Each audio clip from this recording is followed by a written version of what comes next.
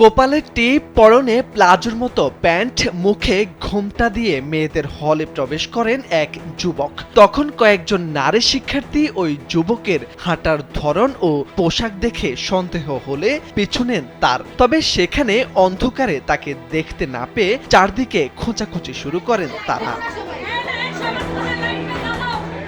রহস্যময় ওই ব্যক্তিকে খুঁজে না পেয়ে গভীর রাতে ওই শিক্ষার্থীরা হল সুপারকে সিসিটিভি ফুটেজ চেক করতে বলেন। সিসিটিভি ফুটেজ চেক করলে এক নারী শিক্ষার্থীর কক্ষে তাকে প্রবেশ করতে দেখেন শিক্ষার্থীরা।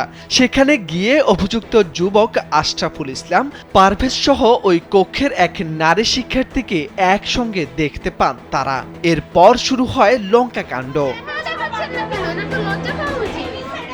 অত্যাধুনিক ফিচার সম্বলিত বিভিন্ন সাইজ আর কালারের 250-টিরও বেশি ডিজাইন অপশন নিয়ে ওয়ালটন স্মার্ট ফ্রিজ, বোঝে আপনার প্রয়োজন। ওই যুবককে আটকের পর তাকে শাড়ি পরিয়ে, কপালে টিপ লাগিয়ে, চুলে খোঁপা ও হাতে চুড়ি পরিয়ে নারী সাজিয়ে দেয় বিক্ষুব্ধ শিক্ষার্থীরা। আর এই পুরো ঘটনাটি ঘটে শনিবার মধ্যরাতে জাহাঙ্গীরনগর বিশ্ববিদ্যালয়ের ফয়জুন্নেসা হলের 3 তলার একটি কক্ষে। পরের রাত 1:45টার দিকে বিশ্ববিদ্যালয়ের প্রক্টরিয়াল বোর্ড তাকে আশুলিয়া থানা পুলিশের কাছে সোপর্দ করে।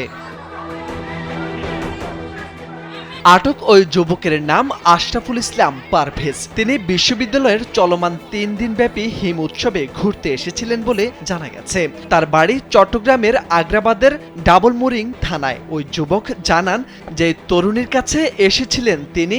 ওই তরুণীর সঙ্গে তার 7 বছরের বন্ধুত্ব। দুজনে লালন ভক্ত। রাতে থাকার জায়গা না থাকায় হলে থাকতে এসেছিলেন, কিন্তু তারা আপত্তিকর অবস্থায় ছিলেন না। এটা আসলে আমাদের ভার্সিটির জন্য একটি লজ্জাজনক কাহিনী, কিন্তু বলতে গেলে সেই হলের যত নারী শিক্ষার্থীরা আছে এটা তাদের প্রাইভেসি ইনভেড করতেছে। এটার একটা সুষ্ঠু বিচার চাই। এদিকে বিশ্ববিদ্যালয় কর্তৃপক্ষ জানান অভিযুক্তদের প্রক্টরিয়াল বোর্ডের কাছে হস্তান্তর করা হয়েছে। সিসিটিভি ফুটেজ দেখে পুরো ঘটনা খতিয়ে দেখা হবে। বিসি স্যার বলল যে প্রভোস্ট হিসেবে তোমার যে এখতিয়ার সেইটা তুমি করো, আর কালকে সকালের মধ্যেই তুমি সেটা অফিসিয়ালি আমার কাছে পাঠাও, দেন ওইটা আমরা স্থায়ী করে নেব। আমার প্রভোস্ট হিসেবে আমি তাকে আসলে ম্যাক্সিমাম 6 মাস বহিষ্কার করতে পারি, সেটা আমি করব। তারপরে কালকে সকালে আমরা সকাল 12টার মধ্যে পুরো রিপোর্টটা আমরা পাঠাবো যে কি ঘটনা ঘটছে। মেয়েটার বাসা হলো যে হিমুৎসবে নাকি ওটা আসছে, লালনের বক্র নাকি ছেলেটা বলে এর আগেও আসছে। পরে আমি বললাম যে তুমি কেন আসলে দাঁড়ায় হলের ভিতরে সে বলতেছে যে